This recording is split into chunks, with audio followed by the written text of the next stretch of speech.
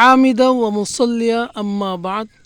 প্রত্যেক প্রজন্মে এক ধরনের বিশেষ একটি দল থাকবে যাদের মর্যাদা আল্লাহ তাআলার নিকটে অনেক বেশি। একটি চমৎকার হাদিস শুনুন।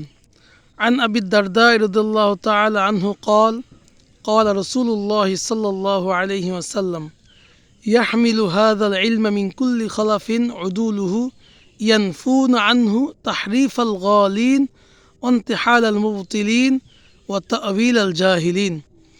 শরহ মিসকাতুল আসার বাইহাকি। অর্থাৎ প্রত্যেক প্রজন্ম তার পূর্ববর্তী প্রজন্ম থেকে ন্যায়নিষ্ঠ আলেমগণ এই দ্বীন এলমি দ্বীনকে ধারণ বাহন করবেন, যারা দ্বীন ধর্মকে সীমালঙ্ঘনকারীদের বিকৃতি থেকে বাঁচাবেন, বাতিলপন্থীদের মিথ্যাচার থেকে বাঁচাবেন এবং মূর্খদের অপব্যাখ্যা থেকে বাঁচাবেন। অর্থাৎ দ্বীন ধর্ম এবং ইলমে দ্বীনকে এই তিন বিষয় থেকে বাঁচাবেন। এমন প্রত্যেক যুগে যুগে থাকবে, তাদেরকে আমাদের চিনতে হবে, তাদেরকে আমাদের সম্মান করতে হবে।